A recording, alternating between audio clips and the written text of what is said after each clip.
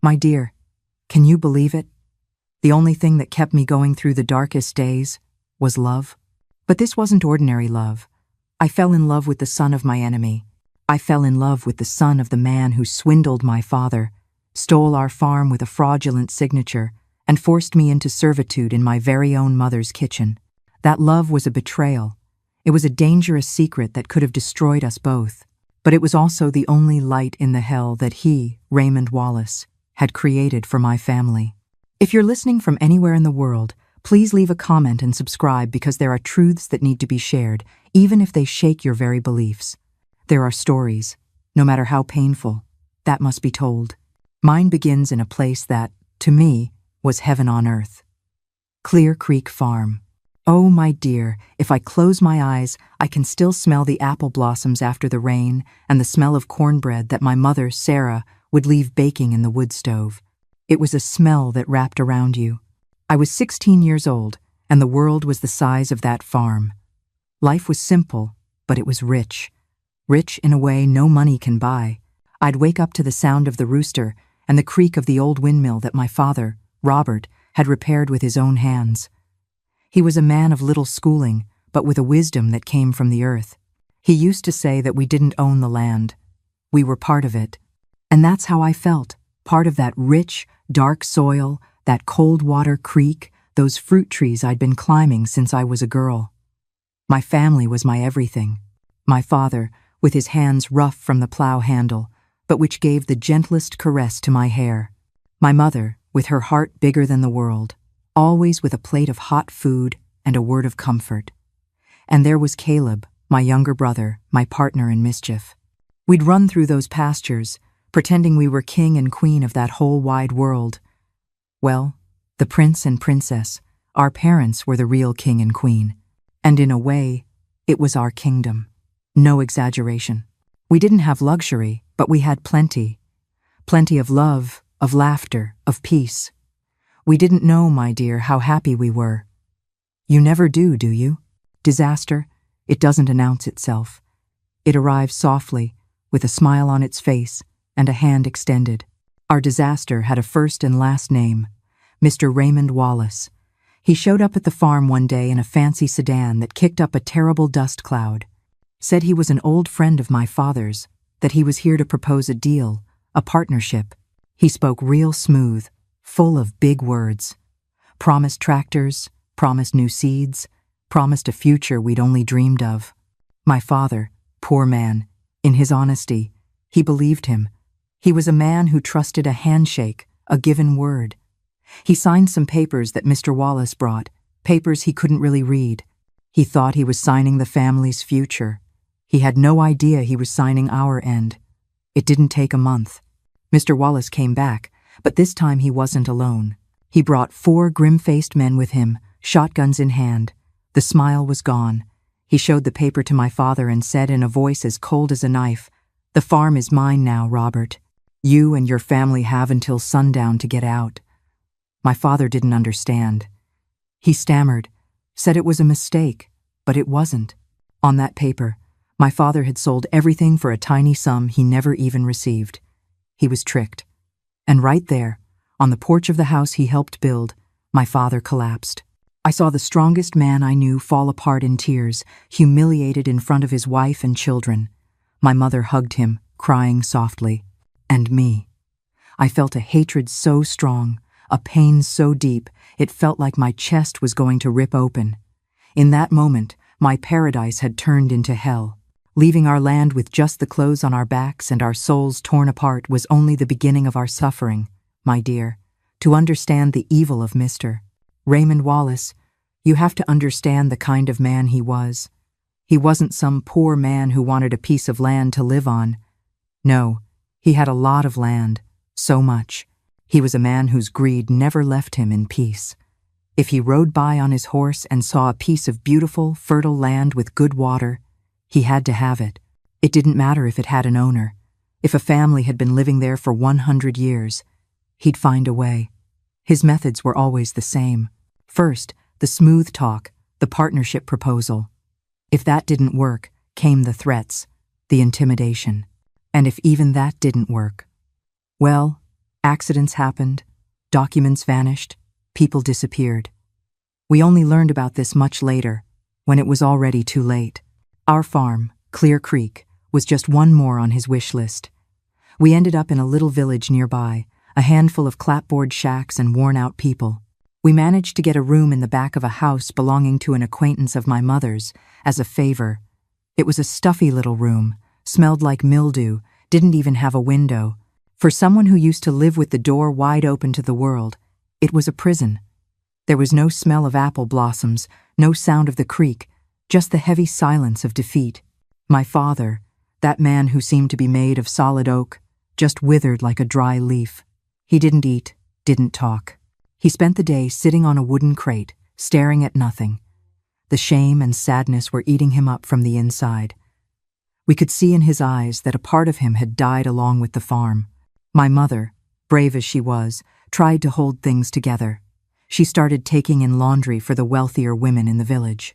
I saw her hands, which used to tend to flowers, become rough and covered in sores from the lye soap. That broke my heart into 1,000 pieces. Hunger, my dear, is a terrible thing. It has a way of humiliating you that few things in life can. There were days when all we had to share was a thin bowl of cornmeal mush and greens. I was a young woman, full of strength, and I felt such anger, such powerlessness. I wanted to scream, to break everything. But I'd look at my mother with that tired look, and my father, sunk in his own darkness, and I'd swallow the anger. My brother Caleb, younger and more hot-headed, talked about revenge, about getting people together to take the farm back. But we knew it was just a boy's talk. Against Mr. Wallace and his shotguns, we were nothing. The greatest humiliation, however, was yet to come. One day I was coming back from the well with a bucket of water on my head when a man on horseback stopped in front of me. It was Mr. Wallace's foreman, a mean-looking man named Barry. He spat on the ground and spoke bluntly. "The boss sent me to tell you he has a job for you up at the big house, in the kitchen, helping the cook." My blood ran cold. I felt the world spin. To go back to my house, to my kitchen, to serve them. It was a cruelty beyond words. I said no, that I'd rather starve. He gave a dry laugh. "Your ma's sick, ain't she? Heard her cough won't stop. Medicine costs money, girl. You think about it." And he rode off, leaving me standing there in the middle of the dirt road, his words stuck in my chest. That night, my mother had a high fever, a cough that sounded like it was going to tear her lungs out. Desperation knocked on our door with force. There was no doctor in the village, no money for anything. The image of my mother suffering, the voice of that foreman, it all mixed together in my head.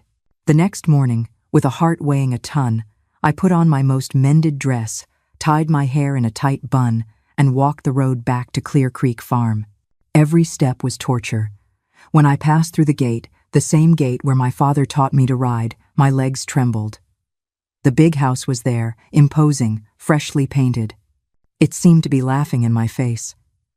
I knocked on the back door, the kitchen door, and when it opened, I swallowed all my pride, all my pain, and said in the firmest voice I could manage, "I'm here about the job." That day, my dear, I understood what the end of the line felt like. This is the ultimate humiliation, to be a prisoner in your own home.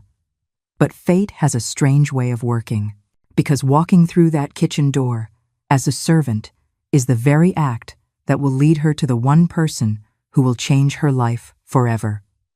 Keep listening. Walking into that kitchen was like getting punched in the gut. It was my kitchen. The wall still had the soot mark from the wood stove my mother used, the same stove where I learned to make my first pot of beans. But now there was a gas stove, white, brand new, something I'd never seen up close. The head cook, a woman named Helen, looked me up and down with an unfriendly air. She didn't know my story. To her, I was just another poor girl from the sticks trying her luck. My work was the hardest, washing the mountain of dishes, greasy pots, scrubbing the kitchen floor until it shined, peeling pounds of potatoes and onions until my nails ached. Every object I touched was a memory. The solid maple table in the dining room. I remembered my father sanding that wood for weeks to give to my mother for her birthday. The rocking chairs on the porch. I saw my father sitting there, telling stories to me and Caleb. Now, The one sitting in them was Mr. Wallace, with his glass of whiskey in hand, laughing loudly at his own bad jokes. It was torture, my dear, living under the same roof as the man who destroyed my life. I heard him every day. At breakfast, he'd complain the coffee wasn't hot enough. At lunch, he demanded the most tender steak. I served him with my head down, my heart pounding with hatred. I dreamed of spitting in his plate, of putting poison in his food. But then I'd remember my mother, her fever, and I'd swallow the poison myself. The hatred became a knot in my throat. His wife, Margaret, was another ghost, a thin woman with a bitter face who walked through the house like a phantom. She knew everything. I saw it in her eyes. She knew her husband was a thief, a cruel man, but she kept silent and took out her frustration on me. She'd complain the floor wasn't clean enough, that my food was bland, that I was slow, clumsy. Every word from her was a pinprick. To them, I wasn't Elizabeth. I was the girl, the help. I was invisible, and I learned to use that invisibility to my advantage. I learned to walk without making a sound, to listen without seeming to see everything without anyone seeing me. My only purpose there was to save every dime of my miserable salary.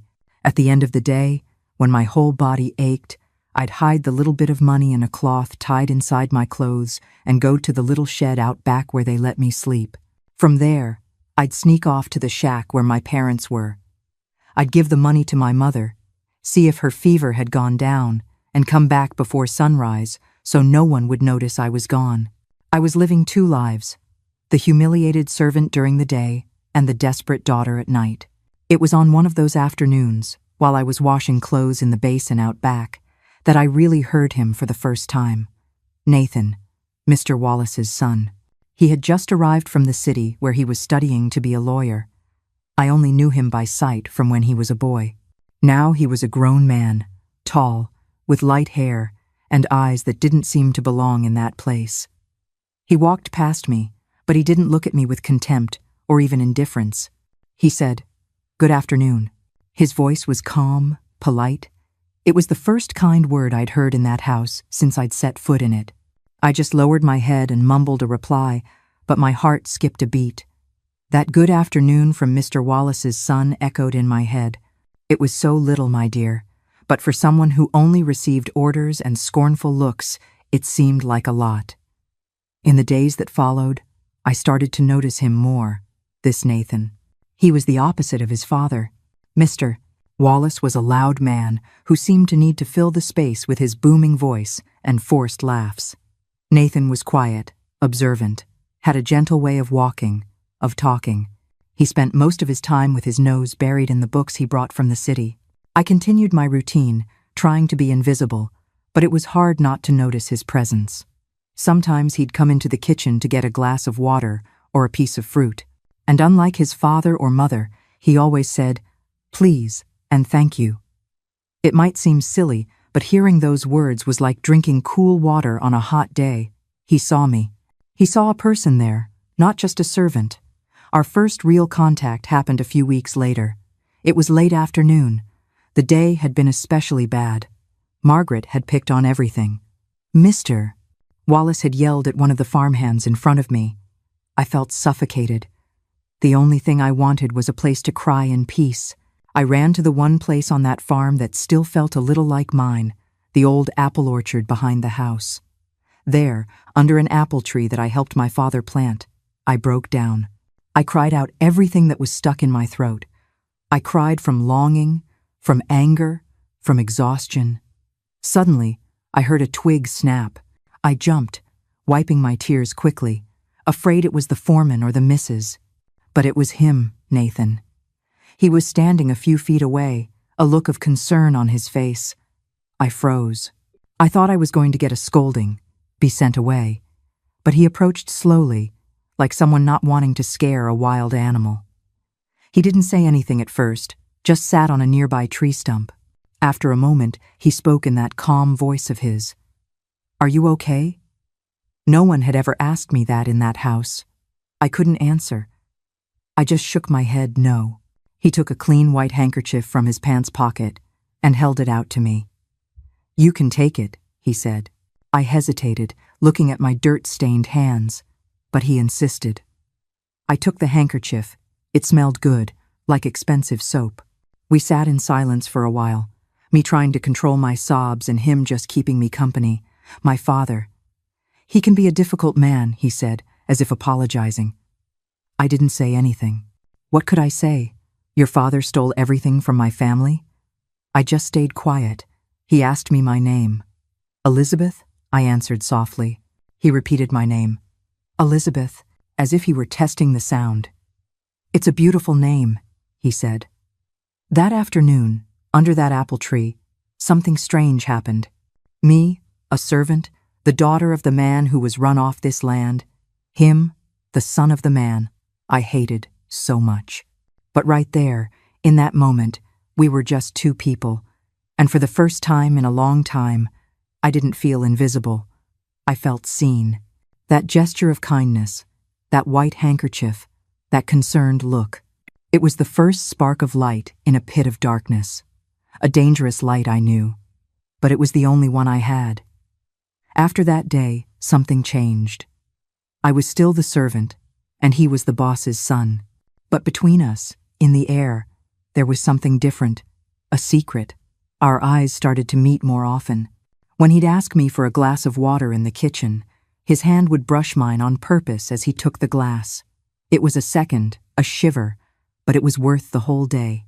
I felt like a fool, with my heart racing over a touch of a hand. Our meetings in the orchard became routine. It was our secret place. Almost every evening, after I finished the heaviest chores, I'd slip away, and he, as if he knew, would appear soon after. We'd sit under the apple tree, sometimes without saying anything, just watching the sun set behind the hill. Other times, we'd talk for hours. He told me about the books he read, about how he dreamed of a different America, a place where people weren't judged by the land they owned or the money in their pockets. He was ashamed of the way his father treated the workers and always apologized, as if it were his fault. I, in turn, told him about my life. But it was an invented life. I couldn't tell him the truth. You see, my dear, the shame and fear were too great. I was ashamed that I was the daughter of the man his father had destroyed. How could I speak that truth when this love was the only light I had? So, I said my parents lived in the village, that my father was sick. I talked about simple things, how I liked the smell of rain, how my mother made the best cheese biscuits in the world. I told him about the Elizabeth that existed before all this disaster, and he listened with such attention. Oh, my dear, when you are at the bottom of a pit, you will cling to any sliver of hope, even if you have to lie to keep it. On one of those afternoons, we were sitting closer than usual. The sun had already set, and the sky was painted orange and pink. He was telling me about a book, about a forbidden love between two people from different worlds. And as he spoke, he looked at me in a way that left me breathless. My heart felt like it would burst out of my chest. He stopped talking and just looked at me. Slowly, he raised his hand to my face and tucked a strand of hair behind my ear. His touch was warm, gentle. He kissed me. It was a quick, frightened kiss, but it set my whole body on fire. When we pulled away, we were both breathless, not knowing what to say. It was madness. For God's sake, what was I doing? Kissing the son of the man I hated most in the world? It was wrong. It was dangerous. If Mr. Wallace even dreamed of something like this, he would destroy me and my family. You see, in that very moment, my heart was torn in two. One half was my family's hatred, the other half was love. And oh, my dear, that love, as dangerous as it was the only thing that made me feel alive. She's torn, isn't she? Her heart is betraying her family's suffering, but it's the only thing keeping her going. Elizabeth is now living a dangerous double life, and as we're about to find out, secrets this big rarely stay buried for long. From that day on, our secret got bigger. The orchard became our nest. We'd meet in secret, stealing kisses, hurried caresses. It was a love that lived in fear, in the shadows, but it was my love. Nathan was good, he was sweet. With him I could laugh, I could dream. He promised me that one day we'd run away, that we'd build our life far away from all of this. I wanted to believe him, my dear, how I wanted to. But deep down, I knew that this love was a flower blooming in a field of thorns, and at any moment, we could get hurt. Life continued in this rhythm, a mix of hidden happiness and fear. During the day, I was Elizabeth the servant, head down, hands calloused. In the evenings, in the orchard, I was Nathan's Elizabeth, the woman who received kisses and promises. It was like living in a dangerous dream. But reality, my dear, it always finds a way to slap you in the face to wake you up. And mine woke me up with my mother getting worse. Her cough, which had just been an annoyance, turned into something ugly, a cough with blood. The fever wouldn't break. She lost so much weight she looked like a shadow lying on that makeshift bed. My father, poor man, who already lived in his own world, didn't seem to understand how serious it was. It was me and my brother Caleb who took turns, trying to give her some broth, some tea, anything. But we could see she was fading. The druggist in the village said it was a lung disease, a serious one. He said she needed expensive medicines, some shots you could only get in the city. The price he named was more than I would earn in a year working at the farm. Desperation gripped me in a way I'd never felt, a knot in my throat, a cold pit in my stomach. I looked at my mother's suffering face and knew I had to do something, anything. I knew the routine of that house like the back of my hand. I knew that every night after dinner, Nathan would lock himself in his room to read, and Margaret would go to her sewing room. It was my only chance. I tried to talk to Margaret, to ask for an advance. I thought to myself, she's a woman, as stern as she is, she'll understand my situation. She didn't even let me finish. She laughed in my face and said I already had a roof and food, that I shouldn't be ungrateful. That humiliation gave me a kind of courage that comes from the bottom of a well. I swallowed my fear and went to talk to Mr. Wallace himself. I waited until he finished dinner, which was already audacious. He was on the porch, picking his teeth with a toothpick, and looked at me like I was something that had crawled out of the woods. With a trembling voice, I told him about my mother, the illness, the medicines. I begged, I pleaded for an advance. I promised I would work for free for the rest of my life if needed. He listened in silence, with a smirk on his face that disgusted me. When I finished, he stared at me for a while, sizing me up. "So, Sarah is on her last legs, is she?" he said with a chilling coldness. "All right, girl, I'll get you the money. But you'll owe me. And this is a debt you'll pay however I want, whenever I want." The way he said it, the look in his eyes, I felt a shiver of terror. I knew I was making a deal with the devil, but what could I do? It was my mother's life. I agreed. He went into his office and came back with a wad of cash. He threw the bills at me, like he was throwing scraps to a dog. "Now get out of my sight," he ordered. My dear, do you wonder what that debt was? When I took that money, I knew I had just sold my soul to the devil. The fear of the price I would have to pay, it was colder than death itself. Perhaps God had mercy on us, letting us run away, so that I would never have to find out what that monstrous debt truly was. I left, trembling, the money clutched in my hand. I couldn't go to my little room. I needed air. I needed to think. I ran to the only place that gave me any relief, the orchard. Even at night, it was my refuge. I didn't expect to find anyone there, but destiny plays tricks on us. Nathan was there too. I thought he was in his room. He told me he just felt the urge to be there. He said he couldn't concentrate on his reading and went for a walk. He saw me arrive, distraught, and came to meet me, worried. "Elizabeth, what happened?" "You're pale," he asked. Seeing the kindness in his eyes, I couldn't hold it in. I broke down crying and told him about my mother, the illness, my talk with the druggist. I showed him the money, but I lied. I said it was an advance that Helen, the cook, had managed to get for me with great difficulty. I would never admit to him the humiliation of begging his father. Nathan was devastated. He felt guilty, helpless. Without a second thought, he went inside the house and, minutes later, came back with more money he had from his own savings. "This is from me. It's not a loan. It's a gift. Take it, Elizabeth, for God's sake, Buy those medicines. I'll help you. We'll find a way." In that moment, seeing the desperation and kindness in his eyes, my love only grew. But the debt with the devil, the one I made on that porch, that was mine alone. And its weight, my dear, was just beginning.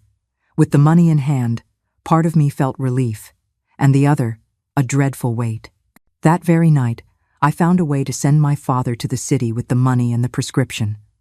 He went and came back in the early hours, bringing the shots and pills we prayed would save my mother. And thank God, the medicine started to work. The fever broke, the cough subsided. She was still weak, but for the first time in a long time, there was hope. Meanwhile, back at the farm, my secret romance with Nathan grew more intense. That love was the only thing giving me strength. He was my safe harbor. The meetings in the orchard were sacred. He brought me books, read poetry to me, taught me to write my name properly in cursive. With him, I felt important. I felt human. And we started making plans, real plans. On a full moon night, lying in the orchard grass, he surprised me. He took a small box from his pocket and opened it. Inside was a simple silver ring with a small blue stone.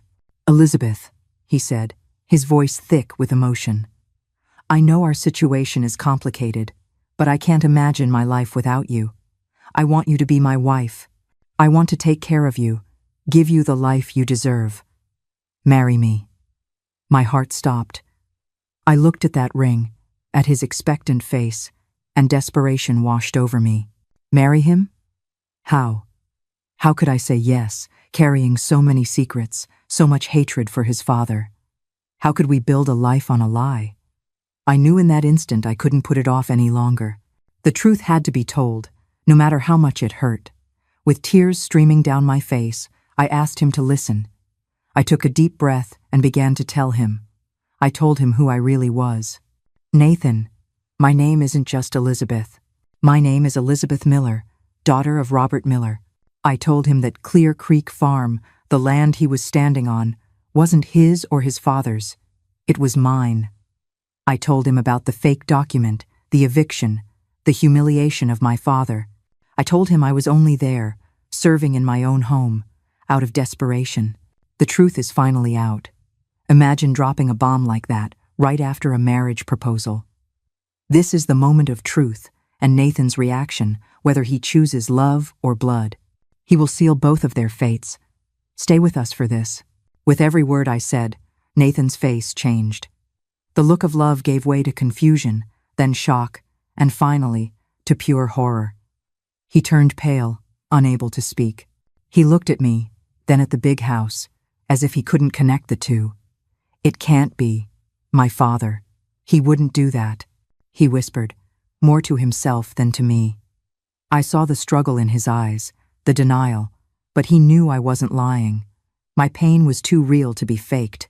He jumped up, blind with rage and pain, and ran inside the house. I followed, terrified. He didn't knock on the office door. He threw it open. Mr. Wallace was sitting there in his armchair. "Dad, what is this story?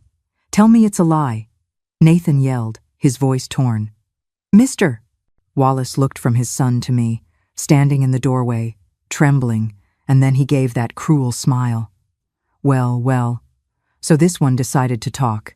He stood up slowly. "A lie? No, son. It's the God's honest truth. This land belonged to her father, an idiot who couldn't even sign his own name right. I was just smarter. The world belongs to the smart." He said it with pride, mocking Nathan's naivety. In that moment, my beloved's world fell apart, and our love, my dear, was thrown right into the middle of the earthquake. Nathan's world collapsed right in front of him. The image of his father, which perhaps was already not that of a hero, transformed into that of a monster, a thief of lives. The argument between them was ugly. Nathan yelled, full of pain and shame, and Mr. Wallace responded with a contempt that cut the soul.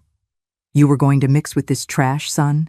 Tarnish our name for some servant girl?" he bellowed. The fight got so loud that Margaret appeared, frightened. She tried to calm her son, but when she understood the reason, she just lowered her head, a silent accomplice to all that evil. Mr. Wallace then turned to me. His look was demonic. "And you little tramp," he said, getting close. "You think you can ruin my family and get away with it? Before Mr. Wallace could take another step toward me, Nathan got in front, pushing his own father. "Don't touch her. Don't you dare talk to her like that again," he shouted, with a fury I had never seen. His chest heaved, his breathing ragged. "Her name is Elizabeth, and you will treat her with respect." Mr. Wallace laughed, a hollow, joyless sound. "Respect? For her?"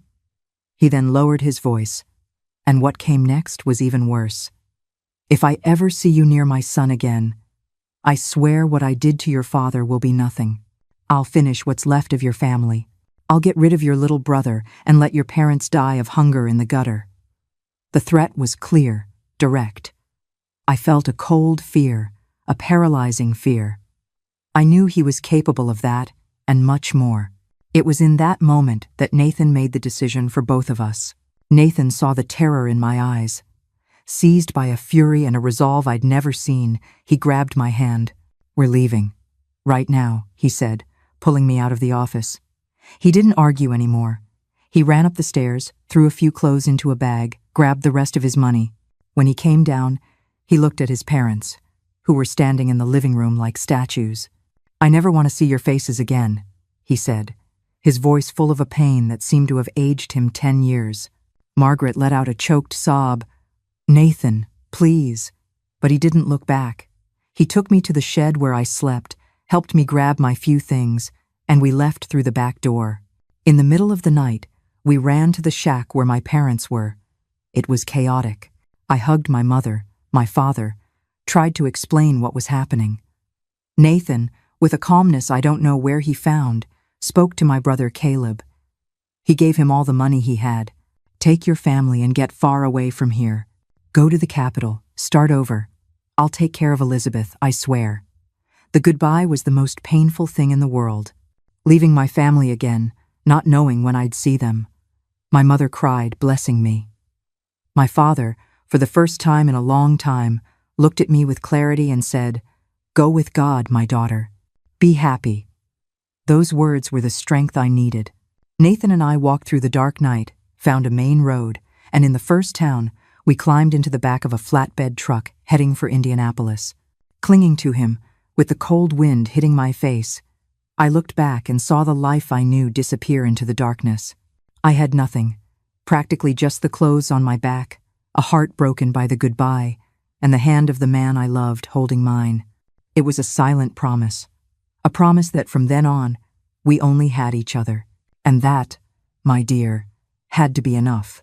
They're finally free from the farm, but they've just run to a world of uncertainty with nothing but each other.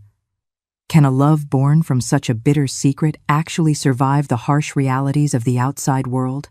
Their struggle is just beginning. Arriving in Indianapolis was like being born again. The truck ride was long, cold, and we barely spoke, still in shock. We got off at the bus station, a noisy place, full of people we didn't know. With the little money Nathan had, we paid for a night in a cheap boarding house, a simple little room, but for us, it was a palace, because it was the first time we were truly alone. It was there, in that room, that we had our first real night of love.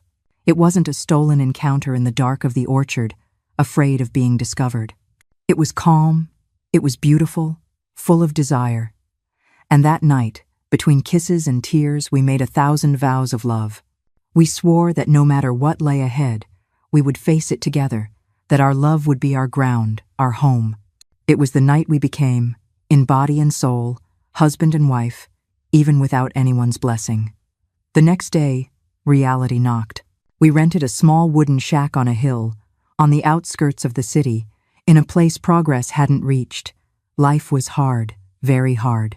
Nathan, who had graduated with a law degree from the city, a young man who dreamed of defending the just, had to pack his diploma away in a suitcase. In the big city, with no name and no connections, his degree wasn't worth anything. For a man who spent years with his head in books, the shock was immense, but he didn't complain. After trying to find legal work and having many doors slammed in his face, he got a job in construction. At first, he was a laborer, carrying bags of cement, mixing mortar. He'd come home every day, exhausted, his hands covered in calluses and his pride wounded, but he never complained. I, in turn, went to do what I knew: cleaning. I took in laundry, cleaned the houses of the rich ladies in the city. It was honest, hard work, and every penny we put together was a victory. In that time, we almost never spoke of the past. It was too open a wound. The scars were there, on both of us. On him, the shame and pain of having a father like Mr. Wallace. On me, the longing for my family and the hatred for the injustice we suffered. But our love, my dear, it was the medicine. Instead of pushing us apart, the hardships brought us closer. We'd come home tired, but we'd hold each other. The tiredness melted away when we made love. We shared our bread, and it seemed like the most abundant feast in the world. With time, things got better. Nathan was smart and hard-working. The foreman saw he had a good head on his shoulders and took him off the heavy labor. He started helping with the construction paperwork, organizing deliveries, paying the other workers. It wasn't the law he dreamed of, but he was using his intelligence to organize things. I, with my work, also helped put food on the table. We started to dream again. Our biggest dream was to have a little place of our own, and by saving every penny, we bought a small lot on the same hill and started to build our house brick by brick. On Sundays, our only day off, we built the walls ourselves. Nathan learned to be a bricklayer, and I, his assistant. It was the happiest time of our lives. Every wall that went up was a piece of our future being built. When the little house was finished, with 2 bedrooms and a kitchen, we cried with joy. We painted the walls sky blue, planted some collards in the backyard, and some flowers in the window box. It was our castle. It was in that little house that our children were born. First Elijah, a strong biblical name I had always loved, and then Mia. We chose Mia, which means mine, because after losing everything, she was truly ours, born from our struggle and our new life. They filled our house with laughter and hope. But my dear, happiness built on a foundation of such pain is a fragile thing. I loved my children, I adored my husband, but the past was a ghost that never left my side. I would wake in the night, cold with sweat, dreaming I was back in that kitchen, a servant in my own home. I'd look at Nathan sleeping beside me and feel a pang of guilt. How could I love the son so deeply, while the father's shadow still poisoned my memories and the longing for my own family?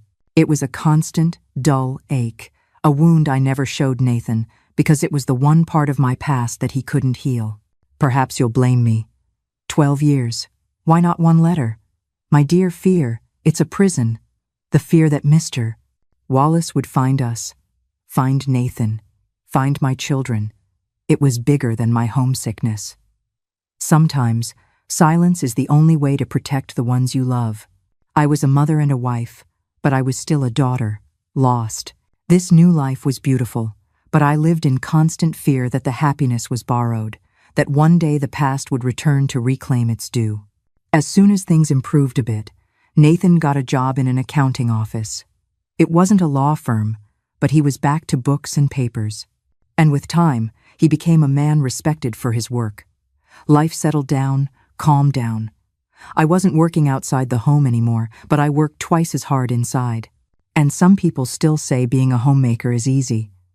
The years that followed, my dear, were like a river that finds a calmer path after the waterfall. Life settled, finding its place. Our little house on the hill, which we built with sweat and dreams, became too small for the joy that grew inside it. Elijah, my boy, was already a little man of 7, with his father's bright eyes and my stubbornness. And there was Mia, my flower, at 5 years old, Nathan's little darling. Her name was our quiet promise. Mia, meaning mine. She was proof that even after losing everything, we had built a family that was truly ours. They were living proof that our love had taken root, even in the hardest soil. Life was good. It was full of the laughter of children running through the yard, the smell of beans cooking on the stove, and clean clothes drying on the line. But deep in my soul, there was always a sad corner, a locked room I never opened. It was the longing for my family. I had no news. Had my brother Caleb managed to reach the capital? Were my parents okay? That question was a little ache that stayed with me every day, a weight on my heart that not even the happiness of my own family could completely erase. Nathan, oh my Nathan. He never gave up on his dream. After years working in accounting, the day came. I remember it like it was yesterday. He came home with a smile that wouldn't fit on his face, picked me up, and spun me around in the middle of the living room, shouting, "I did it, Elizabeth! I did it!" He had become a real lawyer. We celebrated with cornbread and root beer, which was the luxury we could afford. It was one of the happiest nights of my life, seeing my husband. It had taken more than 10 years, but he was finally working in the field he had trained for. God heard my prayers. He got a job in a good firm downtown. The salary was different. Life became more comfortable. Nathan bought a car, a blue Ford Falcon, which to us was a limousine. On Sundays, we'd go for drives, go to the park, get ice cream. It felt like a dream, my dear. We had made it. The past of pain and humiliation seemed like a story from an old, dusty book on the shelf. But dust, my dear, the wind always finds a way to bring it back. Nathan hadn't even been at this new job for 3 months. It was a Tuesday, I think. I was in the kitchen, finishing dinner, smelling that good smell of garlic and onion frying. The children were playing in the living room. I was happy, at peace. I heard the sound of the Ford Falcon stopping out front, and my heart lifted, waiting for the kiss he always gave me when he got home. But that day was different. He opened the door, but didn't come in smiling. He was pale, his eyes wide. He looked like he'd seen a ghost. He looked at me, looked at our children, and I saw the fear on his face.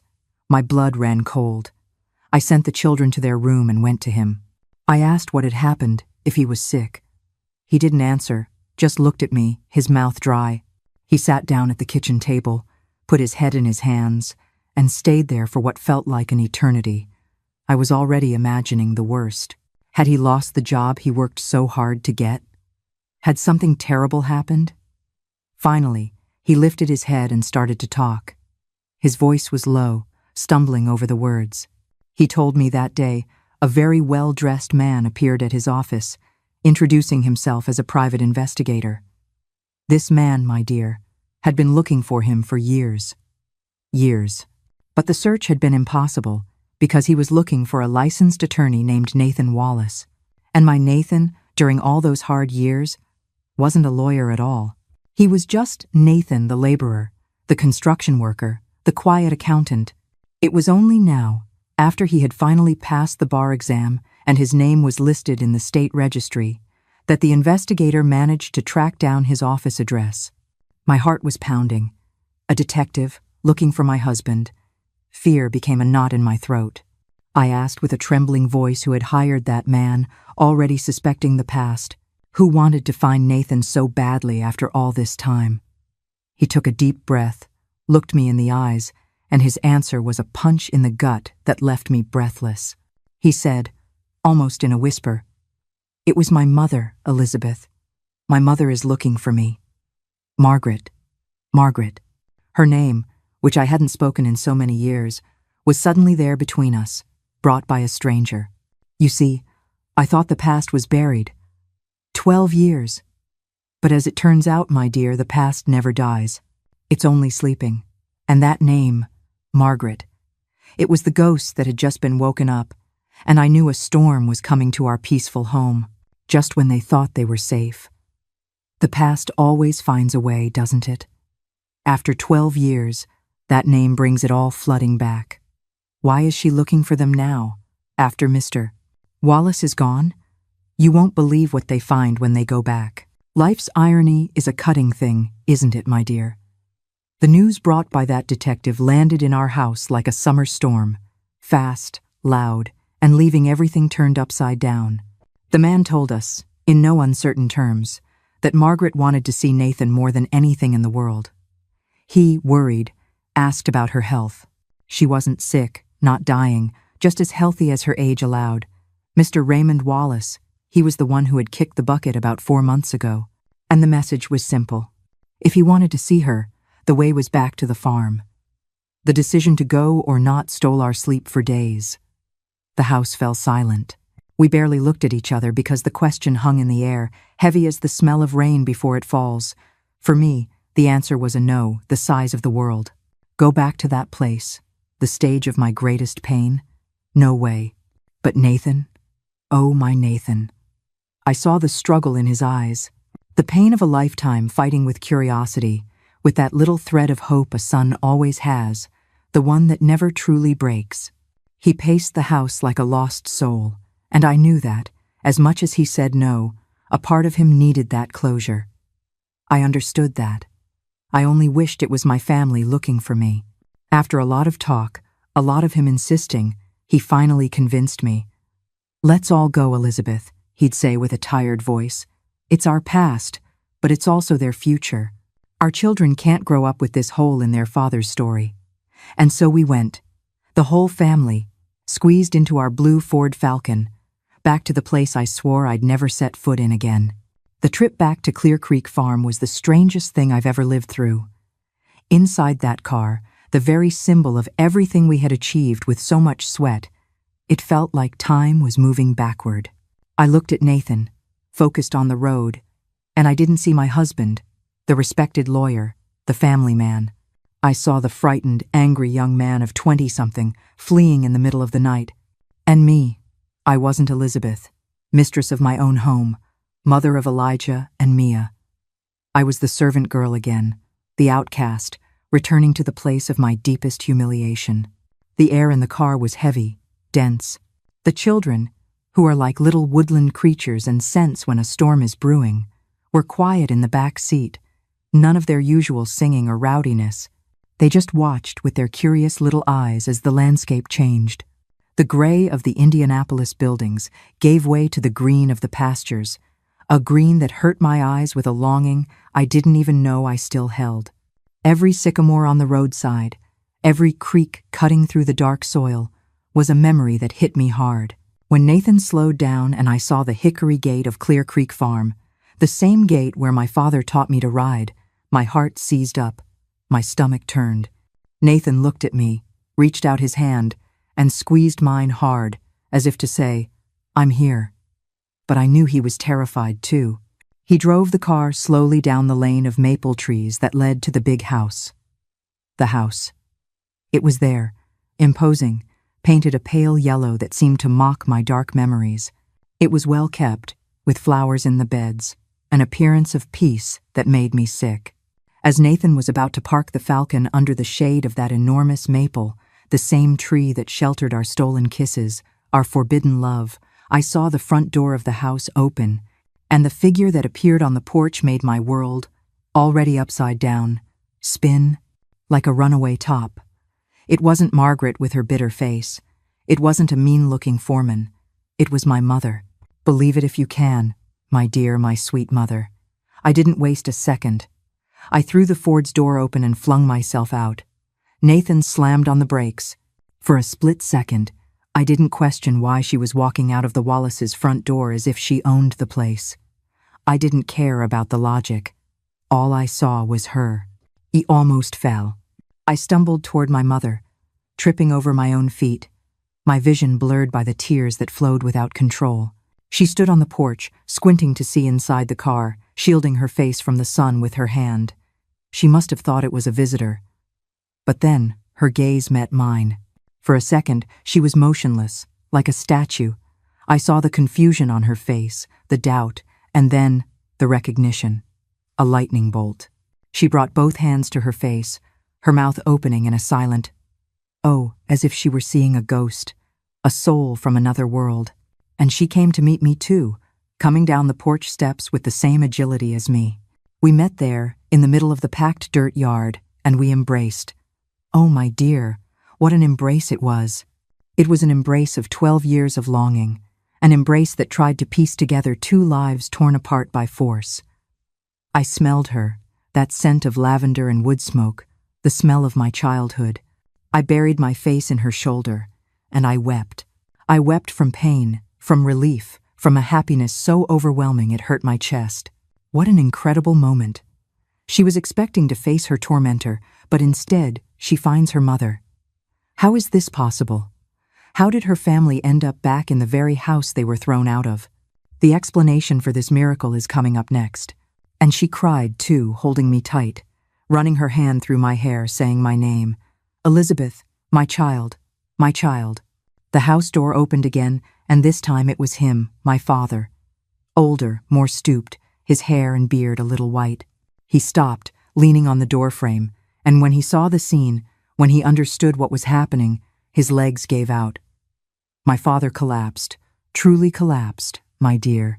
He fell to his knees right there on the dark soil, his face in his hands, and let out a loud, guttural sob, the cry of a man who had held in his pain for a lifetime. Nathan got out of the car, pale, shocked, not understanding a thing. He helped my father up. I went to hug him, and he said he was thanking God. Nobody understood anything. The scene was complete madness.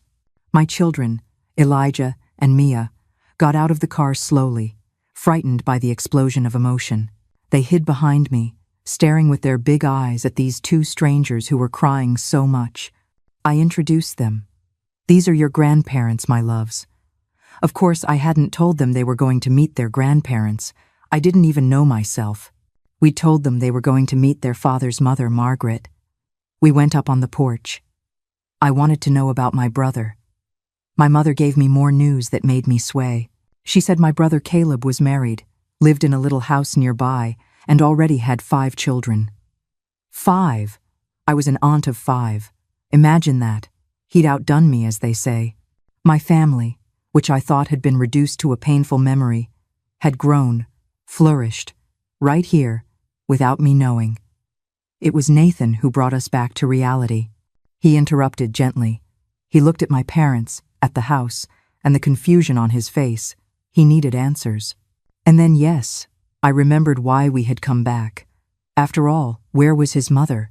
What were my parents doing here? How did this happen? That's when my mother had us sit on the porch bench, and in her calm voice, began to unravel the knot of our story. She said that right after we fled, the fear of Mr. Wallace's wrath was so great that they too left in the dead of night. The 3 of them, my brother and them, went to a neighboring town to live on charity with an aunt of mine, my father's sister. They lived there for almost a year, in complete poverty, thinking we were lost to the world, until one day, Mr. Wallace showed up. They froze, thinking it was the end. But the man who got out of the car wasn't the tyrant they knew. He was a broken man with sunken eyes from lack of sleep. He didn't threaten. He begged for forgiveness. He told them that Nathan's departure had been a blow he never recovered from. The remorse was eating him alive. He wanted to give the farm back, to fix the wrong he had done. The only thing he asked in return was news of his son. But my parents knew nothing. Mr. Wallace then made a proposal that they return to Clear Creek, take care of what was theirs, and if they ever heard from us, to let him know. And so it was. My parents returned to our land, and Mr. Wallace spent the rest of his life searching for his son, spending fortunes on detectives, never finding a clue, because he was looking for a lawyer who didn't exist.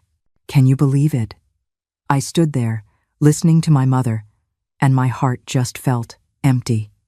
The man who threatened to finish my family was broken with remorse? Oh, my dear, the loss of a child can change even a monster. Perhaps his punishment was worse than any prison. My mother finished the story by saying that Margaret now lived in her old family homestead, a good property a few miles away. It was she who, even after her husband's death, didn't give up looking for him.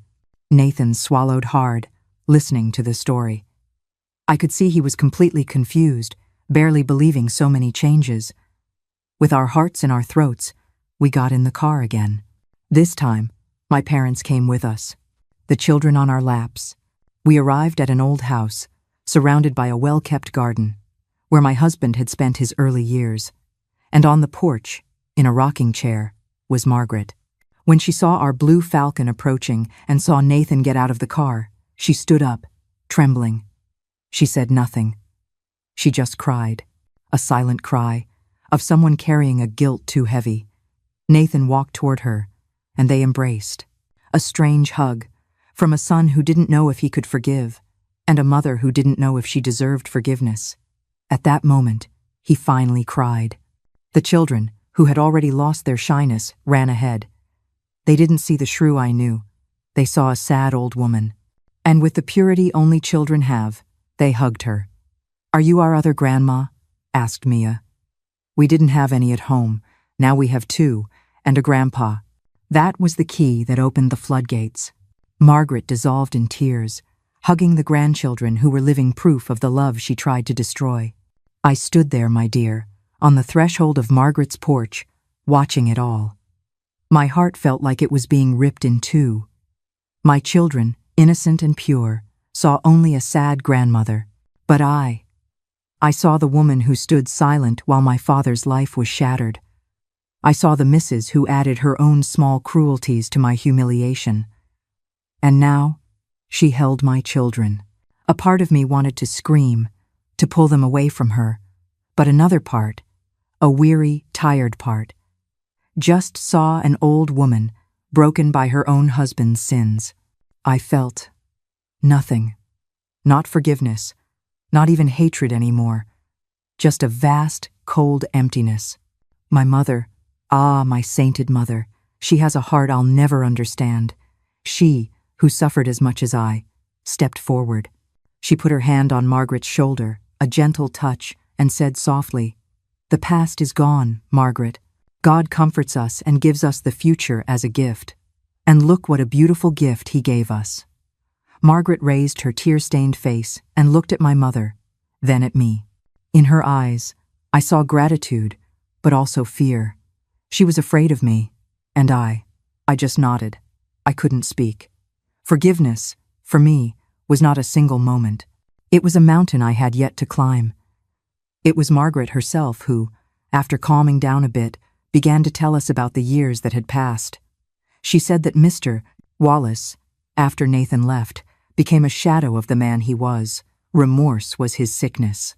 He spent the rest of his life trying to fix what he'd done, not just to us, but to other families in the county. She said he called every single person he had wronged. He returned a lot of what he had taken. Some land here, some cattle there, a piece of a field.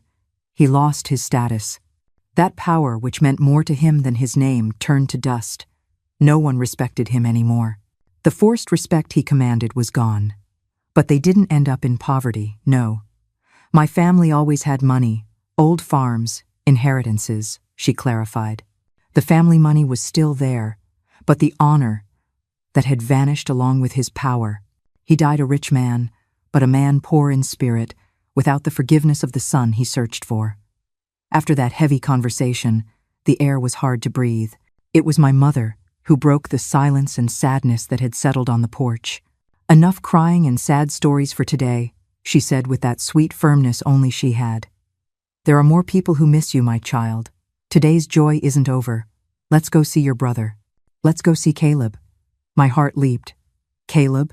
The last time I saw him, he was a skinny, hot-headed boy, talking about revenge. How was he? We said goodbye to Margaret with a promise to return the next day, and all piled back into the Falcon, squeezed tight, but now with a different lightness in the air. Hope was back in my heart. My brother's little house was nearby, about a 10-minute drive. A simple house, cinder block, but very neat, with a big dirt yard and a bunch of chickens scratching around. And in the yard, it looked like a starting lineup for a basketball team. 4 kids of all different sizes were running after a ball, yelling in a happy chaos. In the doorway, a young woman with a baby on her hip smiled at the scene, and next to her was a man. A big man, my dear, truly unrecognizable, with a belly that arrived before he did. He was wearing denim overalls and a button-down shirt that looked like it was about to pop. I searched with my eyes, expecting my brother to appear, but no one else came.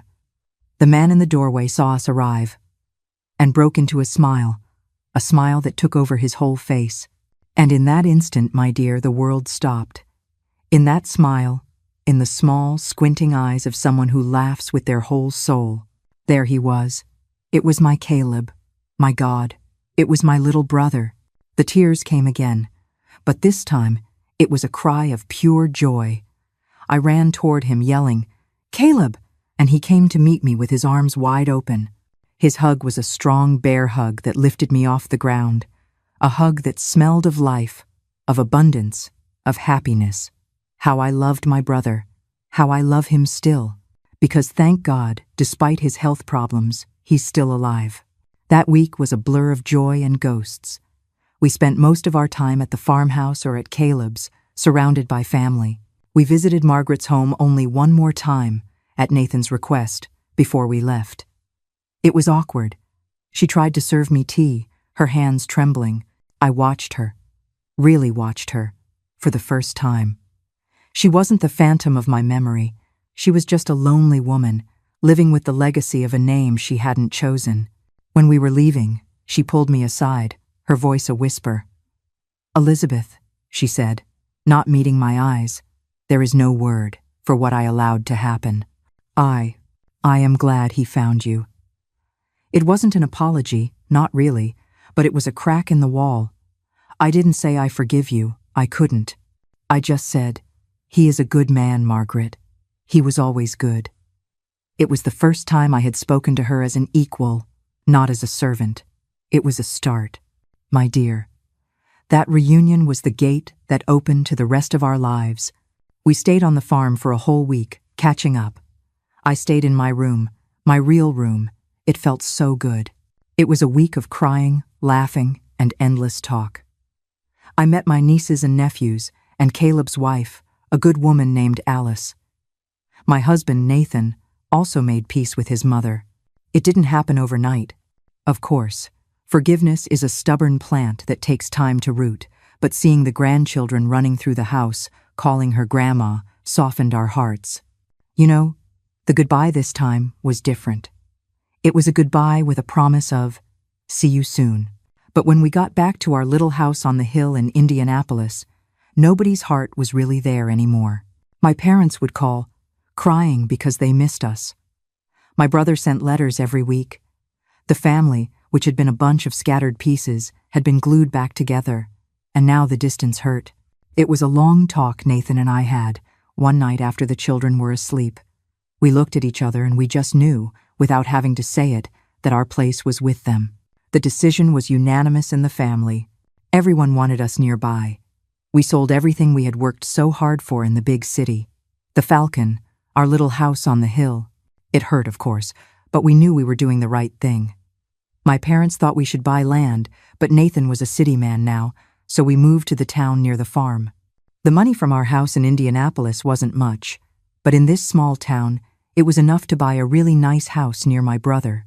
My husband, with the help of some money that his mother, Margaret, insisted on giving as a way to make amends, was finally able to open his own law office. It was a simple little room in the town square, but it was his. Mr. Nathan Wallace, Esquire, became a respected figure, a man who understood the law, but who also understood people. He walked to work, came home for lunch, and sometimes we'd walk together to take the kids to school. It was a wonderful life, my dear. It followed its course, like a river finally meeting the sea. I watched my children grow up. Elijah, my boy, took after his father, always had his head in numbers. He became a successful accountant. Mia, my flower. Mia. She took after me and her father. She had a sharp tongue and a heart that couldn't stand injustice. Ever since she was little, she said she would defend the weak, and she kept that promise. She became a lawyer, just like Nathan. She faced some prejudice at first. You know how small towns can be about a woman in a courtroom, but she had a mind like a steel trap. And soon, she won the respect in the cases of so many people. Now, as my shadow lengthens at the bottom of life's slope, I often sit here in this old rocking chair, looking out at the garden. I close my eyes and can still smell the apple blossoms after the rain, the wrinkles on my hands. Each one is a story, a scar of hatred, and a kiss from Nathan. Life took everything from me, only to give it back by another path, through that very forbidden love. I have learned that hatred can burn down a farm, but only love has the strength to rebuild an entire life. Those are the stories I want to tell. If you also believe in the power of these stories, please subscribe so we can share more together.